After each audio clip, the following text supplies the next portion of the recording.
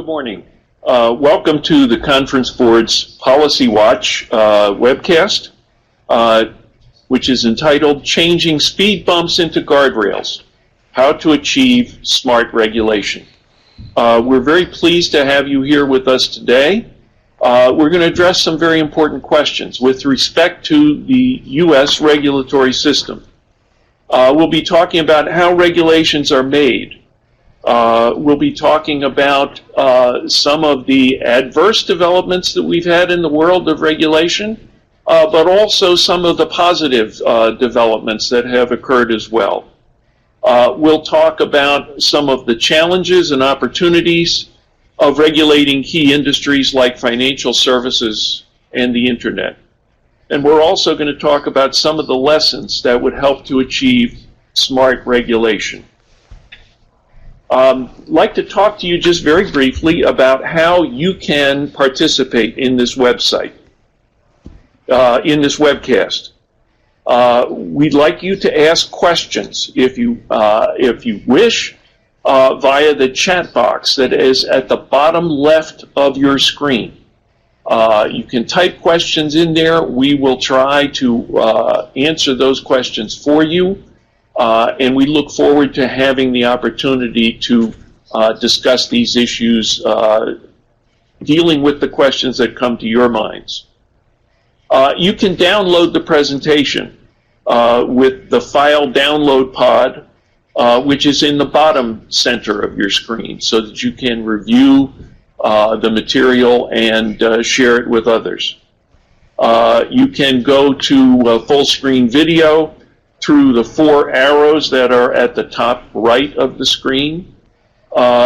We'd like you to evaluate this webcast for us so that we can make use of your insights to do a better job in the future and to work with you to provide the content that you find most useful for you. In addition, you can use an on-demand feature to watch this webcast again, or to make it available to your friends. And we'd appreciate it if your friends and colleagues who couldn't be present live would be able to make use of it in addition as well. There is available credit under the NASBA continuing professional education system. You type your full name and your email address in the space that is provided on your screen. There will be 3 pop-ups during the course of the presentation. You will need to check those pop-ups in the OK box as these pop-ups occur. You will need to stay online for the entire webcast. And note that credit is available only for participation in the live webcast, not in the on-demand feature. Let me introduce my colleagues in this webcast. We're going to be discussing a book which was published by the Committee for Economic Development of the Conference Board. It's called Smart Regulation. It is available on the CED website and from Amazon. And we look forward to having you take a look at that book as you have the opportunity to consider the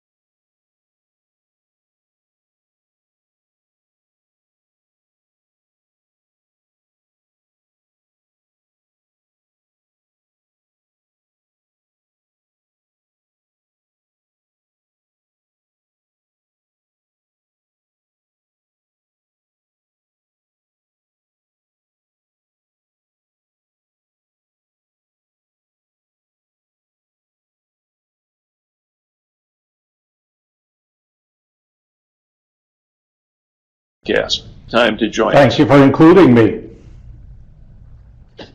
So let me talk a little bit about why this book, why we worked on this issue, and why we think it should be important and of interest to you. Regulation right now is extremely controversial. You can find very strongly divided opinion among the U.S. population. There are those who believe that regulation is a dead weight on the U.S. economy and on our economic progress. There are others who are very far away from that and believe that regulation is just about the only thing that protects the American consumer from exploitation. Those are the extreme views. And obviously there are folks who take a more nuanced perspective, and I think we'd identify our book as exemplifying that spirit. But a second aspect of the issue of regulation is regulating is very, very difficult. There are many involved stakeholders in the regulatory process, from consumers, and everybody in the United States is a consumer, but to the businesses with which they work, for which they work, and from which they purchase the goods and services that they need, nonprofit institutions, government, etc. There are many trade-offs in the regulatory process. Very often the decisions that we make can make some people better off, but other people worse off. And we have to decide which way we need to go. It can be very difficult to define success in regulation. The reason being that the benefits of many regulations are not measured in dollars. As a result, we have to assess how many intangible benefits for the American people can be weighed against the monetary costs that are imposed upon regulated entities. Many of the benefits that we talk about achieving through regulation occur in the very distant future. How do we weigh a benefit that we get far into the future versus a benefit that we get today? The benefits are very often highly uncertain. Very often benefits occur because we avoid costs. It can be very difficult politically to try to solve what you might perceive to be a very important problem if you can't convince people that that problem is real, if they don't know that the problem actually exists. A lot of times the benefits are in avoided costs, and those can be hard to measure. There's another aspect of regulation which we'd like to illustrate through a poll question.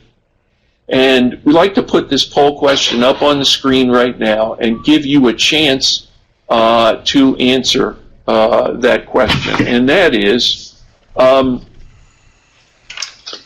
do you believe that you encounter regulation frequently in your daily life? Many people have strong opinions in that regard, and we'd like to know what you think. A little bit of a trick question, I'll confess. I'm going to tell you in a moment why I think that one answer is right. But let's see if you agree. So it looks like we have a pretty strong turnout here, and I'm going to give you a few seconds here to register your opinions, and then I'll give you my take on this question. I think we can close that now, and it looks like a very strong percentage of all of you believe that regulation does in fact affect your daily lives. And in fact, I would agree, and I would make the assertion that regulation is really everywhere. Think about the necessities of life. Food. We have food safety regulation. We have nutrition labeling. We have regulation of pharmaceuticals that people use either over the counter or receive through prescriptions. In shelter, We have zoning regulations. We have building codes, both of which many people believe have a very strong influence on the cost and availability of quality housing. In clothing, we have fire retardancy requirements. We have permanent care labels. Just about everything you touch, from energy efficiency. Right now, there's a dispute over the standards for light bulbs. Children's toys are regulated for safety, and we have recalls. In transportation, we have recalls of automobiles. Air travel safety is a very hot topic these days. Many of the services you get come from people who are required to maintain professional licensing. All of these things affect much of what goes on in our daily lives. So what I'd like to do now is to turn to one of my co-authors, Mike Archbold, and ask him to discuss how this reach of regulation across our daily lives has affected the way in which regulation has evolved over time. So Mike, you wrote a chapter in our book about history and the history of regulation. Can you tell us a little bit about your conclusions from how regulation has evolved? Sure. So thanks, Joe. And I'm not surprised that our audience is on top of it and realizes the impact that regulation does have on our day-to-day lives. To your point, it was in the headline news this morning about regulation around light bulbs and everything down to the mattress that we all slept in last night that has certain standards that it has to meet. So regulation is everywhere. And to your point, one of the chapters that I wrote in the book was designed to give a little bit of perspective. And one of the things that we looked at was the advancements in technology, and really taking a look at the masters of technology who became the masters of the universe and amassed great fortunes and great power and great influence. Now, you might think that I'm pulling this from today's headlines, but the reality is the technological miracle that I'm speaking of, that we grounded ourselves in the book, was the miracle of the railroads and railroad freight. Because if you go back to the post-Civil War era, it was that technological miracle that was going to transform the world, and in fact did transform the world. But during that time, the railroads had a great deal of power, and they were able to set their own freight rates, as well as storage rates, which the railroads largely controlled for grain, amongst other things. There were a number of folks who felt a bit aggrieved by that, a number of them really being Midwestern farmers. And over time, they wound up coming together and forming a group that came to be known as the Grangers. And the Grangers, who felt that they had somehow been slighted, taken advantage of really, by the railroads, by the rates that they were charging, etc., pushed for some kind of solution. They needed someone to step in and protect them because they felt aggrieved. Well, of course, legislators stepped in, and actually some of the states, the Midwest states, passed what came to be known as these Granger Laws. And the Granger Laws were very helpful to the farmers, who then had standardized rates, and from their perspective kept the railroads under control and stop them from exercising their monopolistic tendencies. Well, that resulted in challenges that went up to the Supreme Court, state court, Supreme Courts, and we began the dance of the courts and the regulators and the regulated. Well, the initial court rulings were actually very favorable to the Grangers and supported the laws. But then, lo and behold, I think it was around 1868, there was a law, the Illinois Granger Law, that was challenged by the Grangers and went all the way to the Supreme Court. And as it turned out, the railroad that was being brought to court at this point was also involved in interstate transport. Well, the Supreme Court wound up declaring the Illinois Granger Law unconstitutional. So they had a huge setback, which of course resulted in a hue and cry from the farmers, the Grangers, who said, you know what, there ought to be a law. Well, then our federal national legislators decided that it was their turn, and they stepped up and they provided a law. That law is known as the Interstate Commerce Act, which ultimately created the Interstate Commerce Commission. I bring this up because this was the forefather of modern day regulators. It's considered by many to really be the first amongst regulators, so the first of its name. The Interstate Commerce Commission had very broad powers. They were able to set rules, they were able to set rates, they were able to bring testimony before them, they were able to compel attendance, they had subpoena authority.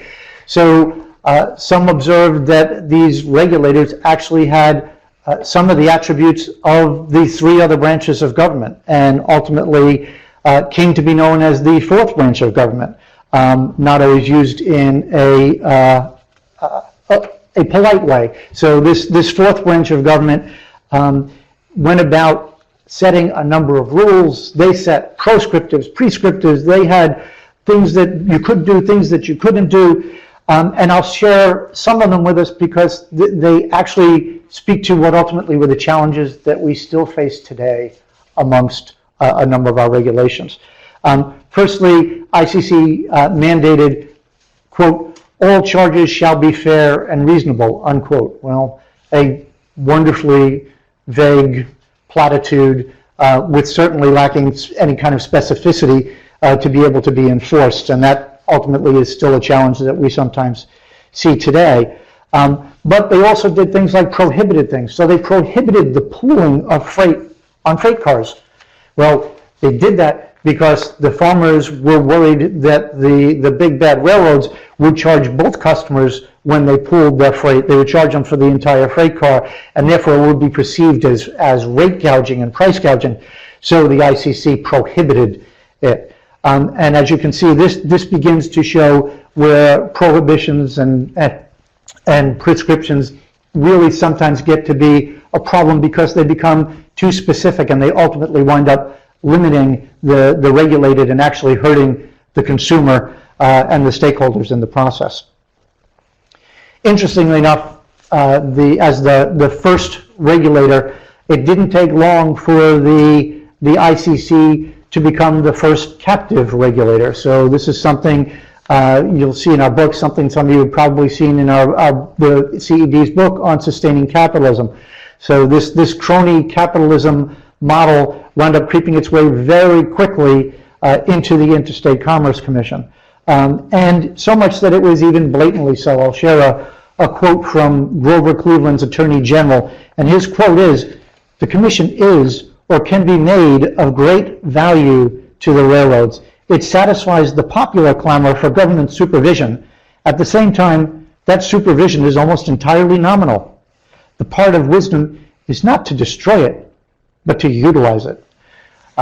So modern day, we may not be so blatant about it, but crony capitalism still finds its way into many places within our regulatory regime and ultimately creates challenges for us. So you can see how it... So Mike, yeah, please. You've really, I think, set out some of the history here that really tells us how our regulatory system has failed, but also some lessons for how we can make the regulatory system work better.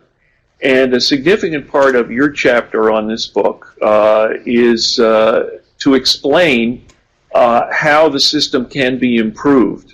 Can you give us some of those lessons from the history of regulation? So absolutely. So I think we've got the slide up there, and there are a number of lessons to be learned from here because while the example that we give is really just that of the railroads, you could see the same thing happening in highways, in communication. So there's a number of places where we kept repeating the same thing. So it was important for us when we were preparing for this book to make sure that we learned from those lessons in history, so that we didn't become subject to Edmund Burke's admonition that those who do not know history are doomed to repeat it. So amongst the lessons that we garnered from looking at the history of regulation, you can see on the slide here, is first and foremost, competition is better than regulation, because one of the things that the ICC failed to do was it failed to be able to get out of the way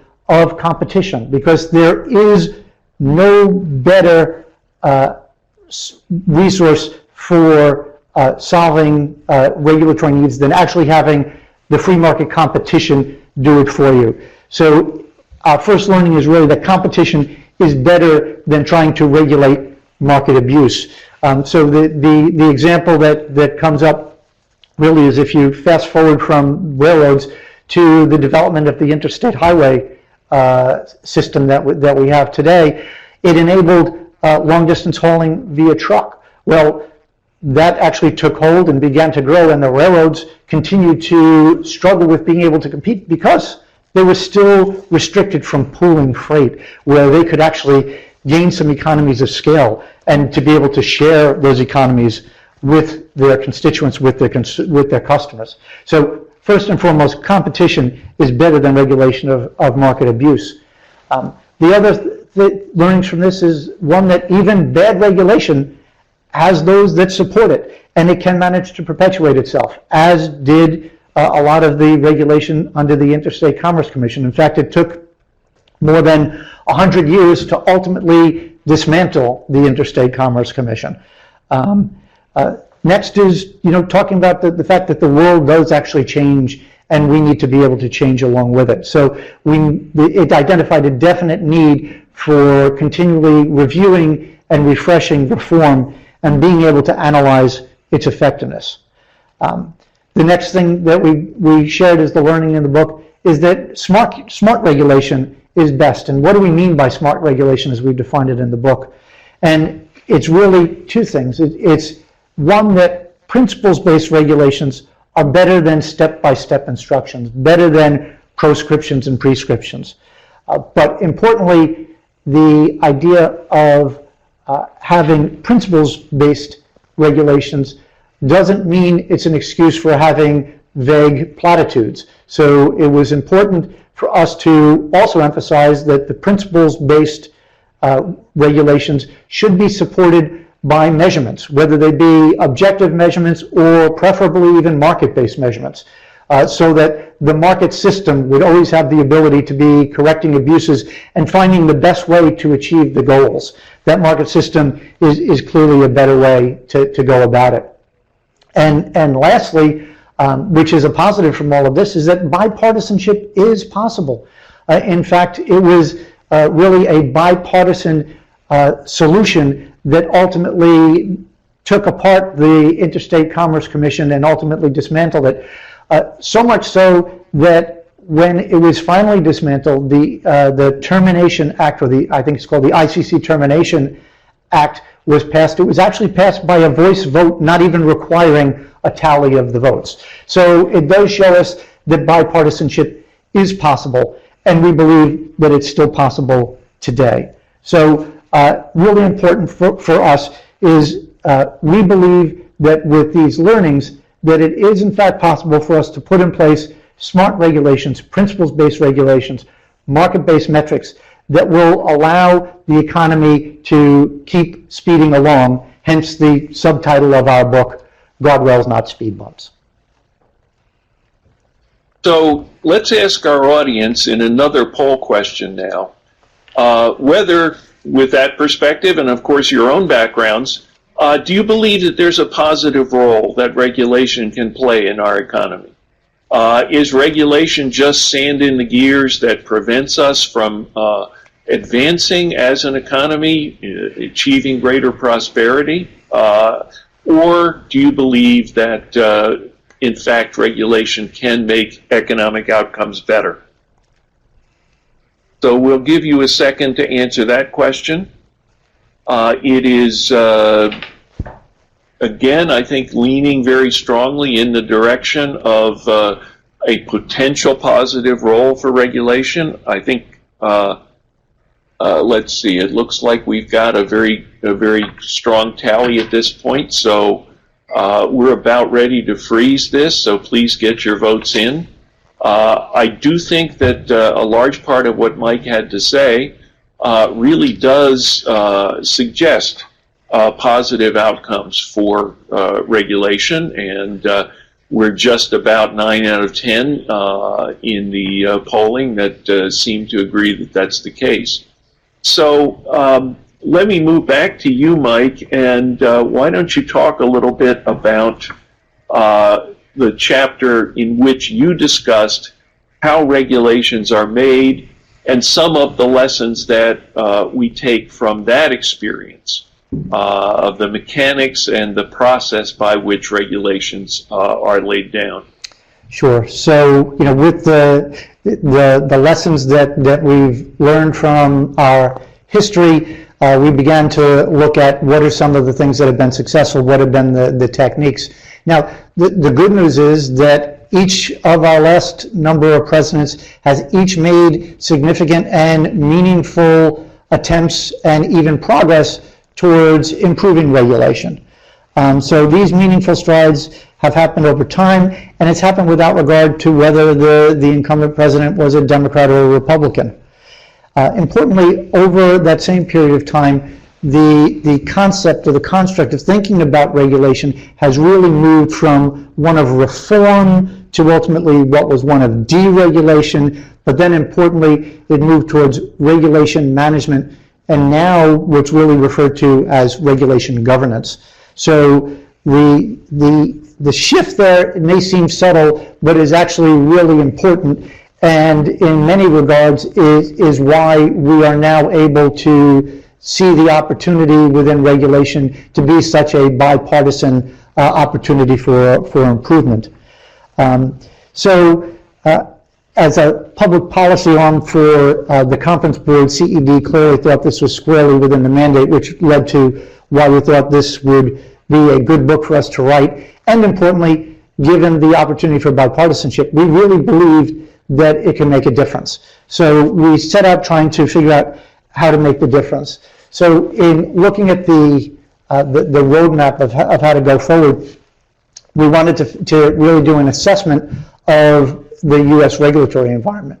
Well, luckily for us, the Organization of Economic Cooperation and Development, OECD, has done a great deal of work on this internationally, looking at a number of different countries. Now, they have come out with 12 best practices, 7 principles, I think 4 calling birds and 3 French hens, but we'll spare you going into the detail of all of that. But what I would like to just share is really a couple of broad principles that we came up with to guide our discussion around how to improve technology. And I think we've got them up on the screen. So looking at those 4 broad principles, first and foremost, principles as opposed to rules-based regulations, following on what we learned in our lessons from history. So regulations need to facilitate business activity while doing the best for society as a whole. So it should be facilitating business activity without subsidizing business activity. Importantly, broad economic principles would always have a longer life than specific rules and narrow legalistic rules. And a listing of proscriptives and prescriptives can, of course, become stale over time. Importantly, they can also favor large businesses over small, which is never something that we want to do.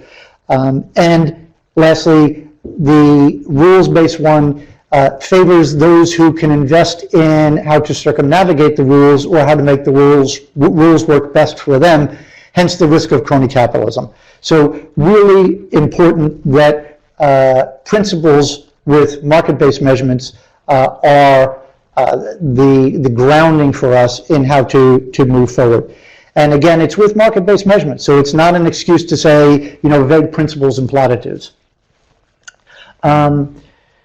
Then, let's see, so next, it really I've touched on already, because we shouldn't have regulations based on broad principles without also having metrics, whether they be objective, measurable outcomes, or market-based outcomes. Either way, market-based ones being preferable. This is decidedly a business approach to it, and again, seems very logical for the Committee for Economic Development to be focused on, because we've always sought solutions in the nation's interest. So this was a business-led organization, and this is very much a business-type approach to a solution around regulations.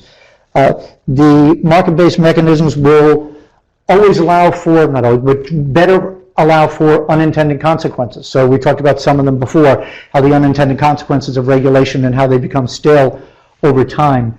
And history has many examples of the unintended consequences. You know, I'll just share one little anecdote. If you go back to 1981, the United States believed that Japanese auto manufacturers were taking advantage and using unfair trade practices, operating in a monopolistic way, and therefore the United States decided to put in place a quota. And interestingly enough, the way that wound up playing out was the quota limited the number of vehicles coming in from Japanese manufactured automakers.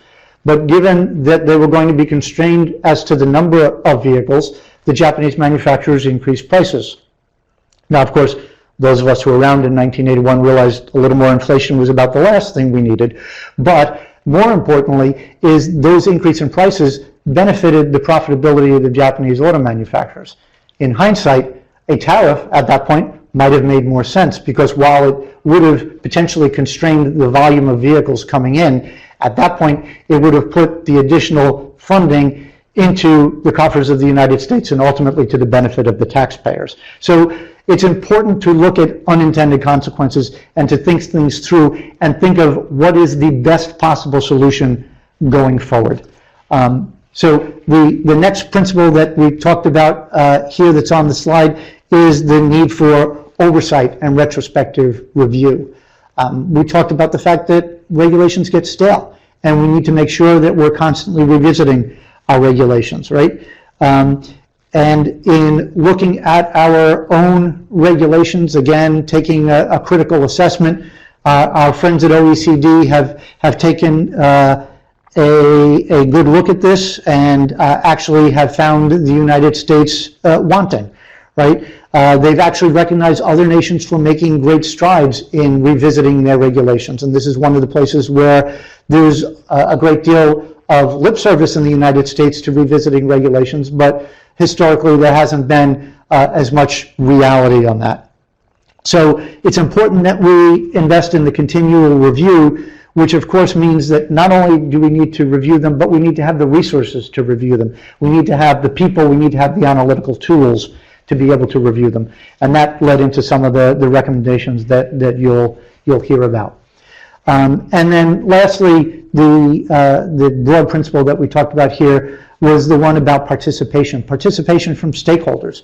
So this is a really important tool, and you would think that the use of current technology would actually make this very easy to do. Well, OECD has looked at this and really found it to mostly be a one-way street, where our regulators will put out the principles in the direction of where regulation is going, but in fact, in reality, they accumulate the feedback, and it seems to have not any meaningful impact on the ultimate regulation. So while we're using the technology, I think the right analogy is we're hearing but not listening. So we need to make sure that we really can respond to the stakeholders and accept their feedback. Now, the good news is that U.S. regulatory practice, the OECD has looked at, and I point out the shortcomings, but the U.S. regulatory regime is still pointed out as being amongst the best in the entire world. The big takeaway here is that other countries are not standing still, so we can't afford to stand still at the same time. So the even better news is that we believe we can embrace smart regulation. We believe that in embracing smart regulation, we can actually help it to continue to stimulate the economy. And at the same time, if that generates additional growth, that has the potential to generate additional federal fiscal shortfall, or address the federal fiscal shortfall that we've got. And that would be an important outcome from anything that we do to be able to help with the federal deficits that are going. But more importantly, I believe that moving towards smart regulation has the ability to move us towards that more perfect union that we've established for ourselves in the Constitution. So with that, so Mike, thanks. You've given us a very good sense here of what it is that the United States could do to make regulation more effective. The tension between the United States' reputation internationally as being a high performer and our own frustration at what many of us perceive to be a lack of progress. So we have a poll question to kind of take the temperature of our audience, and we'd appreciate it if you would let us know whether you believe that the United States regulates too much or too little, or just about right. And we look forward to getting your answers to that question. And this looks like very much a divided opinion. Including not only the too much and too little, but also the just about right. We'll give you a few more seconds here to register your opinions. And then I'm going to confess when we close this polling, and again, it's pretty evenly divided. A little bit more on the right side than too much or too little, but very, very close. Let me confess, we have played a little bit of a trick on you, because this is precisely a question that has been asked by Gallup in its regular polling, and it's gone on for really several decades now. And so if we can move to the next slide, you'll see the results over time of Gallup's questioning. And what they have found is that although the results are generally stable, there has been something of an increase in the share of the U.S. population that believes that the federal government regulates too much. Something of a decline, but not an awful lot, of those who regulate too little. And in the middle, those who believe that regulation is about the right amount. And right now, the too much has something of a lead in terms of the polling results overall. I'll note, just as a curiosity of all of this, we have another slide where that Gallup poll has been disaggregated according to whether people identify themselves as being Republicans or Democrats. And what you find there is a rather sharp distinction where Republicans tend to believe that government regulates too much. Democrats tend to feel the other way around. A much smaller segment of the Democratic population believe that regulation is excessive. So I'd like to turn now to my other colleague, Hollis Hart, who has extensive experience in the regulation of the financial services industry. This is going to be a hot topic among the American people, has been for some time, in substantial part because a decade or so ago, we fell into a financial crisis. Many people have very strong opinions about what caused the financial crisis and what regulation might or might not have been able to do to prevent it. So Hollis, how about if you tell us what the background is on the causes of the financial crisis, and also how regulation has responded and how it might best respond to that problem. Well, thanks, Joe. And I appreciate the way you framed the question, because I think understanding the fundamental issues that underlie a problem and then aligning the regulation to address that is so important. for one of the concerns is too often, as in medicine, we look at something and we address the symptoms and not the underlying causes.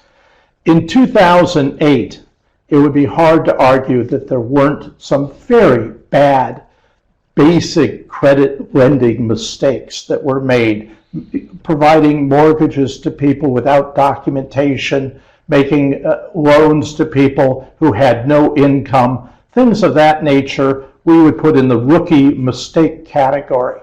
The challenge is that what was the major mistake in failing of the financial services industry, many participants, not all, but many, was that they were seduced by the fact they could borrow very short term at low interest rates with the expectation in a somewhat too often inexperienced management that they would always be able to fund themselves on the daily basis or weekly basis or monthly basis, and they didn't fund themselves on the long term that matched their liabilities.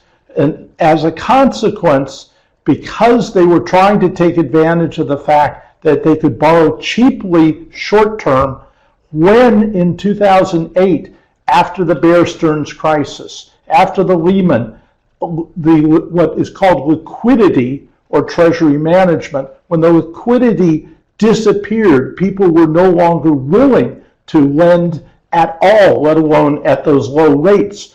There were a significant number of financial institutions who needed to go to the US government. Now, the reason that I talk and focus on this particular issue is because it is so critical to understand what needed to be addressed.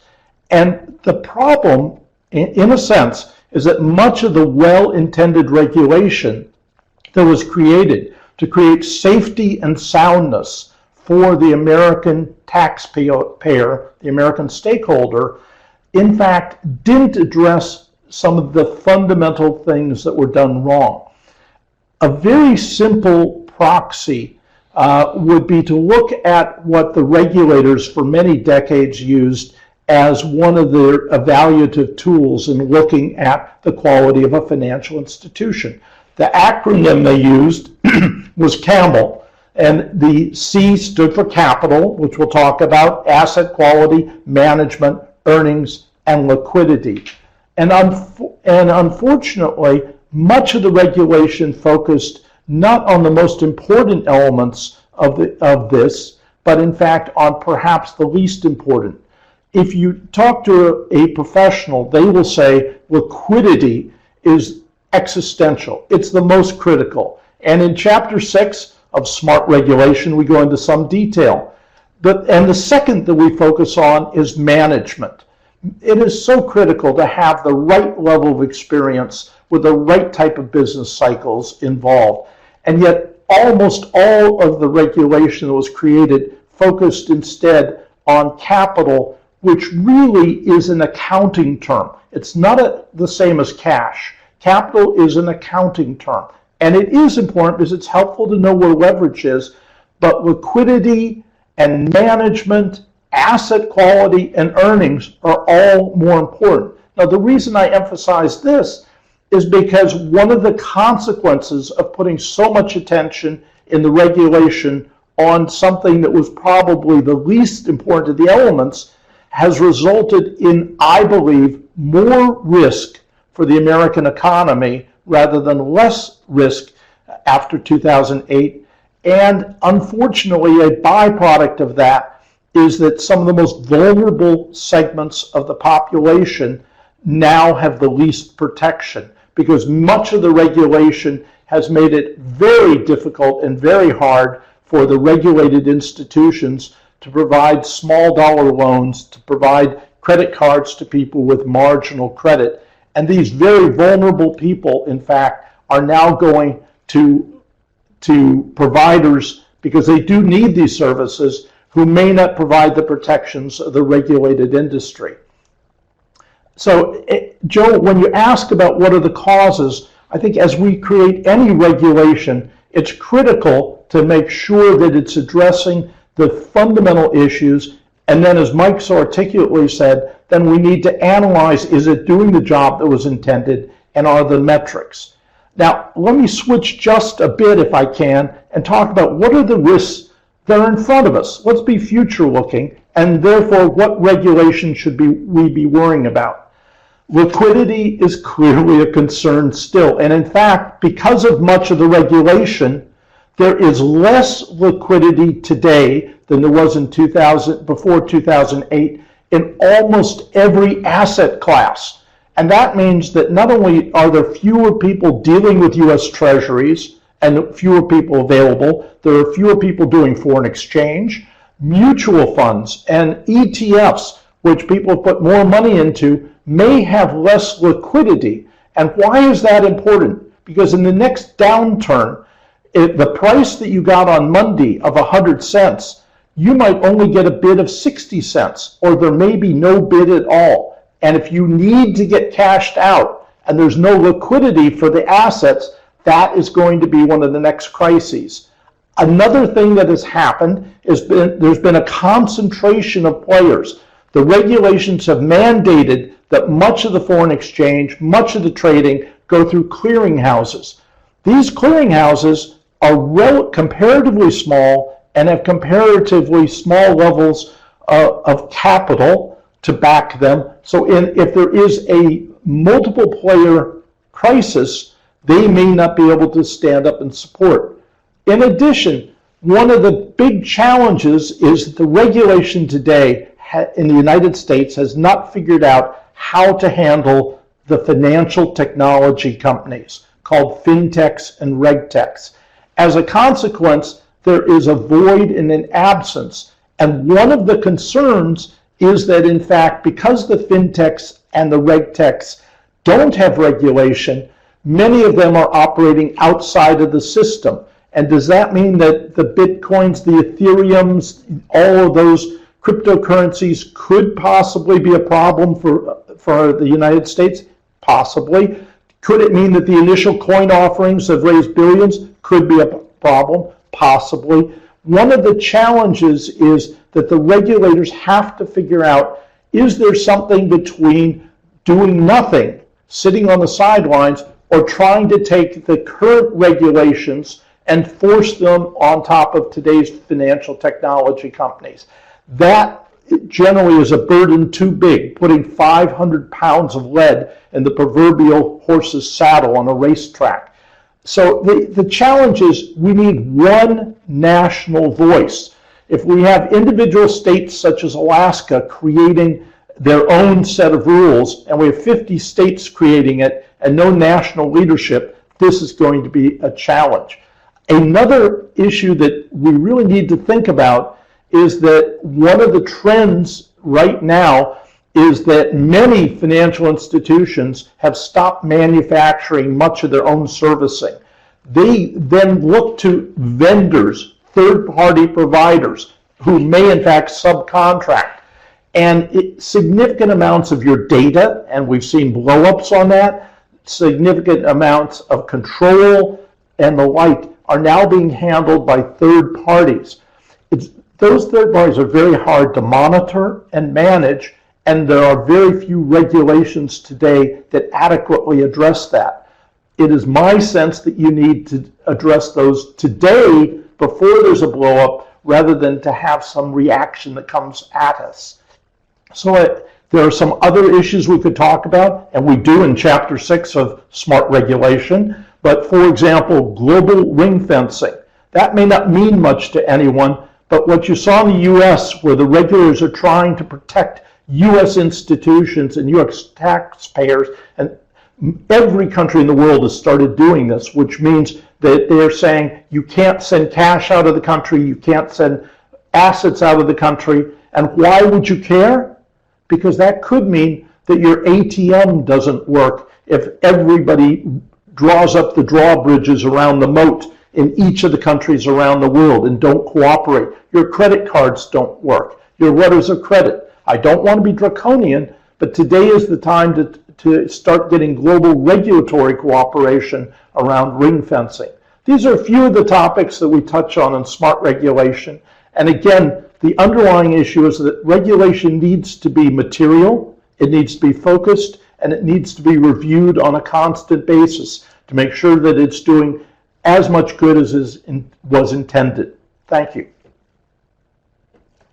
So, Hollis, you told us that not only is there an issue of risk and the possibility of failures of financial institutions in the United States, there's also a risk that poorly directed regulation and over-regulation could make U.S. institutions less competitive globally and therefore could hold back the U.S. economy or drive U.S. firms who are trying to finance their activity to go outside of the United States to foreign institutions, which obviously would not be good for U.S. economic growth. So this is a highly important area, and we need to be... It is, Joe. One of the challenges we have in the U.S. today is that there's a little bit of bifurcation in terms of what does the U.S. policymakers want their financial industry to be. Do they want it to be entrepreneurial? Do they want it to support global growth? Do they want it to be something that helps spur and drive the economy? Or do they want it to be a very stable utility with no innovation, and with the innovation being done outside of the regulated system? You're absolutely right, but we need a national consensus on that. Right now we are so fragmented with so many different voices and conflicting rules and regulations that are unclear. We've actually stifled some of the very things that we most want: small, medium enterprise growth, support for people who need financial advice, all of those types of things. Two quick things, examples, and you raise a good point. Stress tests were a great idea, but the regulators started requiring thousands and thousands, not because they thought it was important, that they wanted to make sure they weren't criticized by politicians. They should have been maybe doing 25 stress tests and made sure it was the most material items. The living wills, which were designed to make sure that the organizations had a well understood structure, have now gotten into the tens of thousands of pages, so nobody would read them. The regulators wouldn't, and the boards can't. And they should, in fact, be 25 to 50 pages. So 2 points you raise. One is we need to think about, do we want tools that help grow the U.S. economy? And two, if we put regulations in place, have we kept them material and focused? Thanks, Hollis. And you mentioned earlier the technologically advancing side of the financial services industry with respect to, say, fintechs and regtechs. You wrote another chapter of our book about the regulation of the cyber world. If you could talk about that, we've got about 5 minutes remaining. Give us a sense of how cyber regulation is also important, the risks that we're dealing with, and potential ways to move forward. Joe, I'd love to, and let me make it quick if I can. Chapter 7 of Smart Regulation does look at how do you think about regulating emerging technologies. And we focused on cyber as the key issue. One of the things we found was we looked at other emerging technologies over history and tried to figure out, was there a framework that developed from those emerging technologies that we could apply to cyber. And the two that we found were maritime and shipping. And space. And let me tell you what those rules were.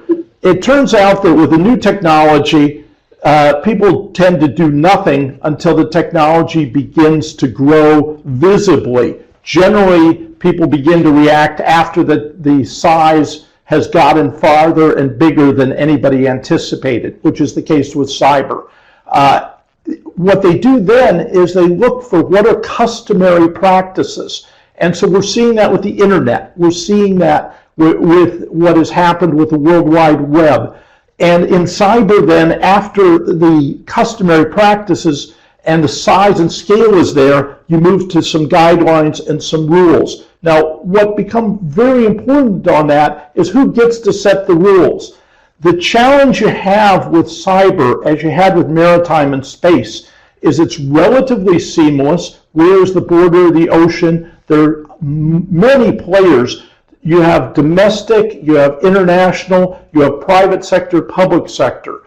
What I'd like to talk about a little for the U.S. is that I feel the U.S. unfortunately is significantly behind the world in terms of thinking about how do we incorporate cyber into our national agenda. I think you could name a dozen countries right now where it's state policy to support and enhance cyber activity. Easy ones to talk about are China and Russia. You can look at Israel and the two Koreas, even Japan, and then you go to small country, Bulgaria, and other countries are frankly more focused and have been more focused. So the challenge that we have right now with regard to cyber is we don't have a robust view, and we really need a national focus. It has to be a public focus. Individual corporations do not have the capacity. The thing that makes cyber a little bit unique is that there are three challenges generally with a global technology. One is you've got to be able to identify it, and we can certainly do that in some regards with regards to cyber, and then mitigate. How do you take actions? And that is so hard with cyber. And then retribution if people violate policies. There's a very strong view among many people that, for example, China has had an aggressive cyber state-sponsored activity that may in fact have crossed the boundaries in terms of how they've used their cyber capabilities. No individual institution can deal with that. That has to be a public policy. So the recommendation that we have made is that in fact we need a focused national leadership embodied in one entity, not fragmented and fractionalized across different agencies. We need to have a commitment of resources, and we need to have a recognition of how critical. There are certainly important issues, privacy of data, and things of that nature, which have to be part of those public policies. And that is all possible and available and summarized in Chapter 7 of Smart Regulation. Thanks, Alice. Again, some tremendous lessons there. The cyber world is the new frontier. We're dealing with regulation not only of individual actors, but also in some instances of state actors. It's very difficult to impose discipline in that world. So our discussion in the book, I think, is among the most interesting and forward-looking, and appreciate your help in putting that together. So thanks very much for joining us for this webcast. We're looking forward to our next webcast on December 5th at noon Eastern Time, when we're going to talk about, in our Policy Watch webcast, the challenge of expanding the U.S. labor force. With the aging of the U.S. population and smaller families, meaning that we have fewer entrants into the labor force, that's going to be very much a constraint on the extent to which our economy can grow. So we'd like to discuss the possibilities of improving public policy and making our system work better. So thank you very much again for being here. We have a link for you to go to our website, which is conference-board.org/webcasts, so that you can see a rebroadcast or recommend it to your colleagues. And we look forward to seeing you in the future, and would appreciate your expressions of opinion on how we can provide the best possible content for you. Again, I'm Joe Minerick of the Committee for Economic Development of the Conference Board. I'd like to thank Mike Archbold and Hollis Hart, my co-authors on our book, Smart Regulation, for their contributions to this webcast and to the book. and look forward to seeing you again on our Policy Watch webcast series. So thank you very much, and have a great day.